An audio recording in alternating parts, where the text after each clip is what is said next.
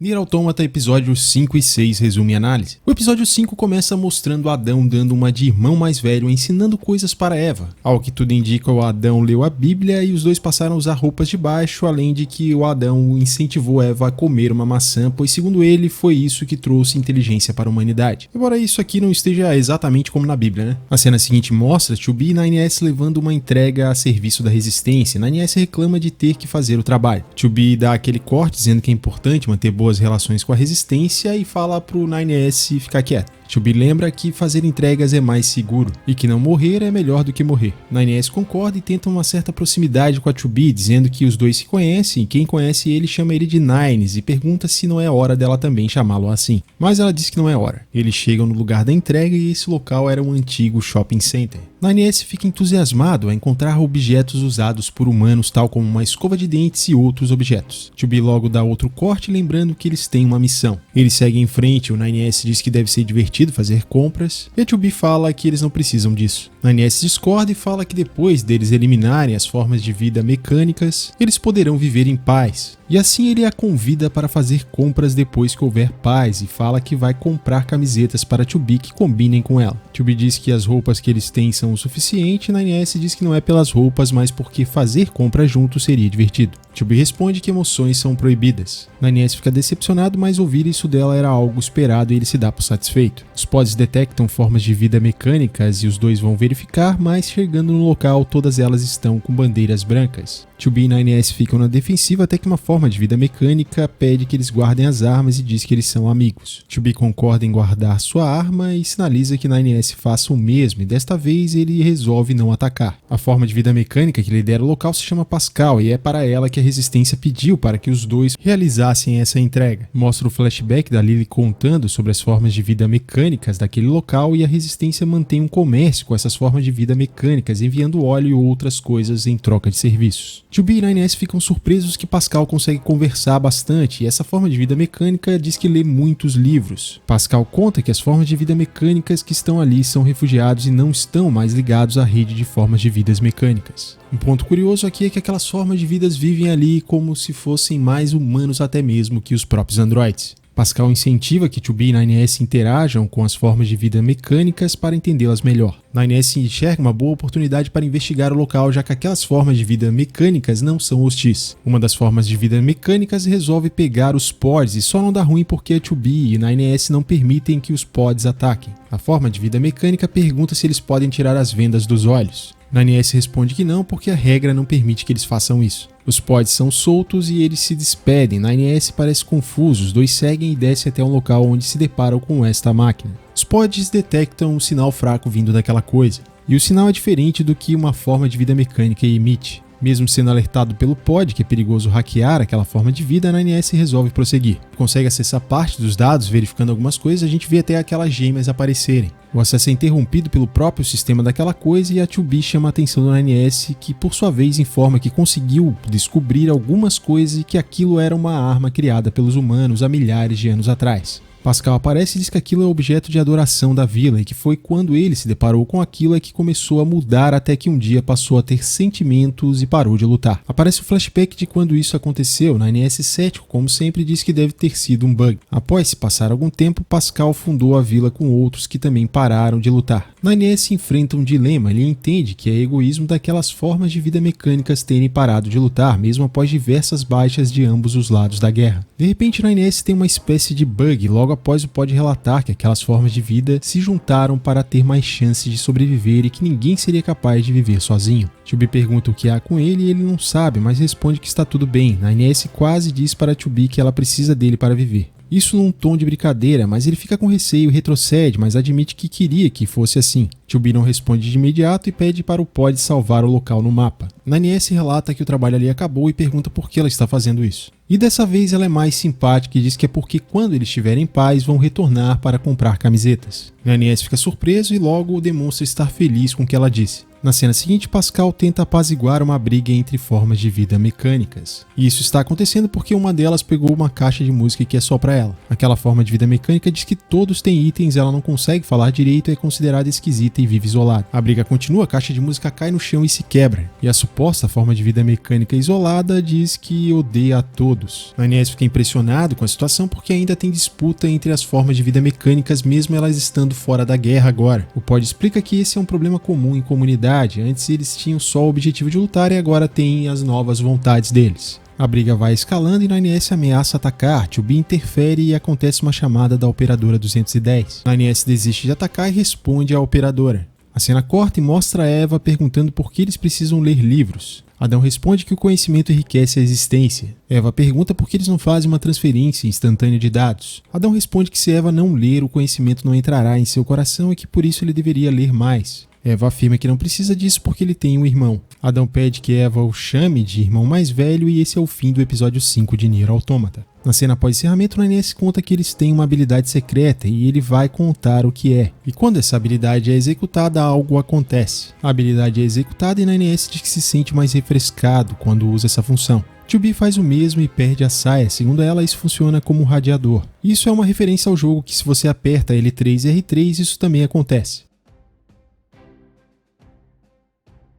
A arma que está no local também resolve fazer o mesmo. Esse é um dos finais que o reator do Emil acabou fazendo com que a vida na Terra não fosse mais possível. No jogo há um combate contra essa máquina, mas é com outro personagem que vai aparecer no episódio 6. E falando nele, o episódio 6 começa com Lily sonhando que está numa batalha gigantesca. Ela acorda assustada, Nine-S pergunta se ela estava sonhando. Em pensamentos, ela diz que aquilo não era um sonho e sim suas memórias. Na cena seguinte, Nine-S está instalando radares para detecção de formas de vida mecânicas inimigas. Tem um momento um pouco cômico em que a Lily não acredita que aquilo vai funcionar, a Nine-S reafirma que funciona e logo o Pod avisa que o sistema está desativado. Nine-S resolve consertar o radar que está dando problema e quando ele está se afastando e vê as duas juntas, resolve perguntar por que os Yora e a Resistência não tinham colaborado antes. 2B ignora e manda o Nine-S ir logo. Ele obedece e fala que se Lily cochilar outra vez vai ter pesadelos e 2B pergunta o que houve com ela. Lily pergunta se eles sonham e 2B responde que não. Lily conta que eles já cooperaram antes. Ela revela que a Resistência já salvou algumas androides modernas que tinham vindo para a Terra em uma missão secreta e foram atacadas por máquinas. As 4 androides que eles encontraram se apresentaram como Yora.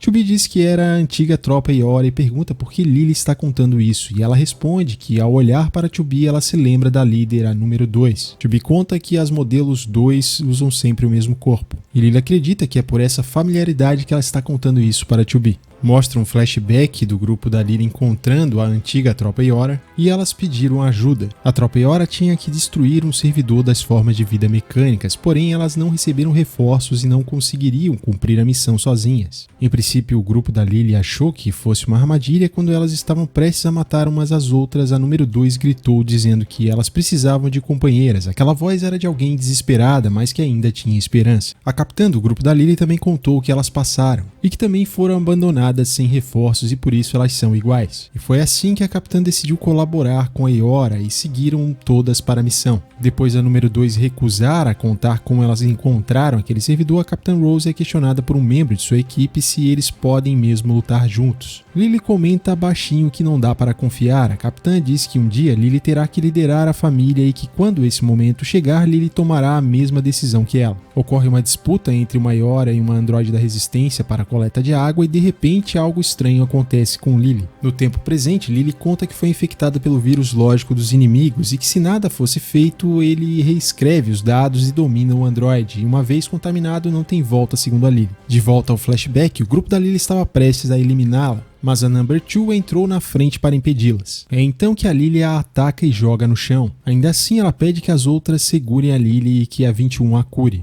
Devido à gravidade da situação, a capitã está decidida a eliminar a Lily. Ela atira e a número 2 salva a Lily usando a espada para parar o projétil. Revoltada, ela pergunta para a capitã se elas não são uma família. As outras não dão conta de segurar a Lily, que as arremessa para longe. Elas continuam tentando conter Lily e conseguem colocá-la no chão. A número 21 começa os procedimentos, mas não está funcionando. Ela tem acesso a algumas imagens do que está passando nas memórias da Lily e acaba levando um chute dela. Lily se lamenta por não ser uma combatente e não conseguir salvar as outras. A A número 21 consegue instalar uma vacina e em seguida força a reinicialização do sistema, e foi dessa forma que a Lily foi salva, e ela deve a vida dela à número 2. Lily segue contando que quando elas chegaram perto do servidor havia 300 mil inimigos reunidos lá. Tubby pergunta se a missão fracassou e Lily responde que se tivesse fracassado ela não estaria ali. O flashback mostra que elas pediram ajuda sem sucesso. Para o comando elas eram peças descartáveis e os apelos da número 2 não foram atendidos. Algumas androides foram abatidas e uma delas diz para a capitã ir na frente e fica para tentar segurar as máquinas. A Gunner, número 16, que antes tinha sido rival dessa androide que resolveu ficar, resolve ajudá-la. As que seguiram em frente chegam no elevador que está travado.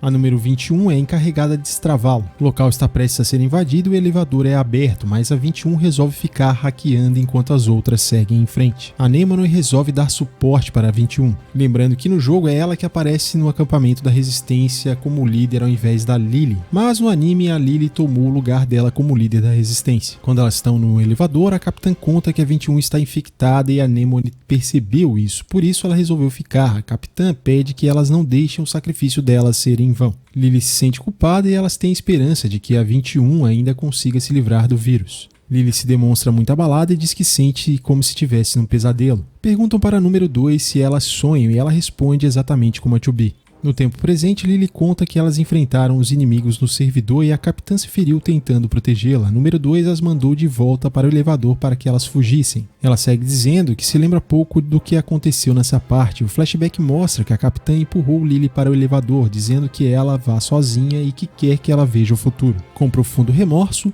Lily aponta a arma para si mesma e um disparo acontece sem mostrar o que aconteceu de imediato. Na sequência, mostra que a capitã conseguiu evitar que o disparo atingisse a Lily. A capitã pergunta se não era a Lily que ia salvar todas elas e pede que Lily grave isso na memória. Por fim, ela retira a arma da Lily, uma metralhadora fica no elevador e a capitã diz que a Lily deve usar aquilo para se proteger. As que ficaram conseguiram completar a missão desativando o servidor. Lily aparece salva na superfície e promete que nunca vai esquecê-las. No tempo presente, Tubby diz que as androides não têm alma e não sonham, mas que as memórias da Lily são reais e moldaram o que ela é hoje. Lily questiona quais memórias Tubby tem, mas ela fica em silêncio. Lily vê que o 9S está retornando. Tubby levanta a hipótese de uma das companheiras da Lily daquela época ainda estar viva em algum lugar. Lily responde que isso é o que é sonhar. A cena seguinte mostra uma androide com cabelos longos destruindo uma forma de vida mecânica. Quando dá um close no rosto da androide, ela tem uma pinta no rosto tal como a número 2 e a Tubby, e assim se encerra o episódio. O encerramento do anime dessa vez é diferente dos demais episódios, mostrando Lily e algumas de suas companheiras. A cena pós-encerramento é entre Adão e Eva falando sobre os uniformes que os humanos usam quando vão estudar.